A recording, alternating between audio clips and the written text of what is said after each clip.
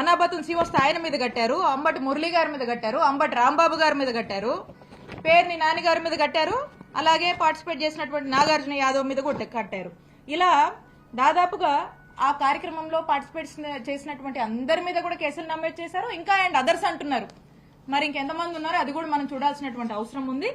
కాబట్టి నేను ఒకటే చెప్తా ఉన్నాను, మీరు ఇలా మా మీద కేసులు కట్టి మా కార్యకర్తల్ని కార్యక్రమానికి రావద్దని మీరు ఎన్ని నోటీసులు ఇచ్చినా మీ ప్రయత్నాలన్నీ కూడా విఫలమైనాయి. పెద్ద ఎత్తున ఈ కార్యక్రమం సక్సెస్ అయింది.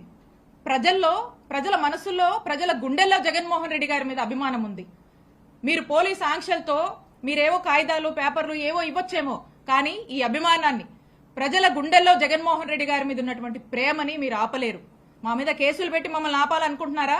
మమ్మల్ని మీరు ఆపలేరు. ఇవి కాదు, ఇంకెన్నైనా పెట్టుకోండి. జగన్మోహన్ రెడ్డి గారి నాయకత్వంలో మేమందరం పనిచేయడము మా అదృష్టంగా భావిస్తాము.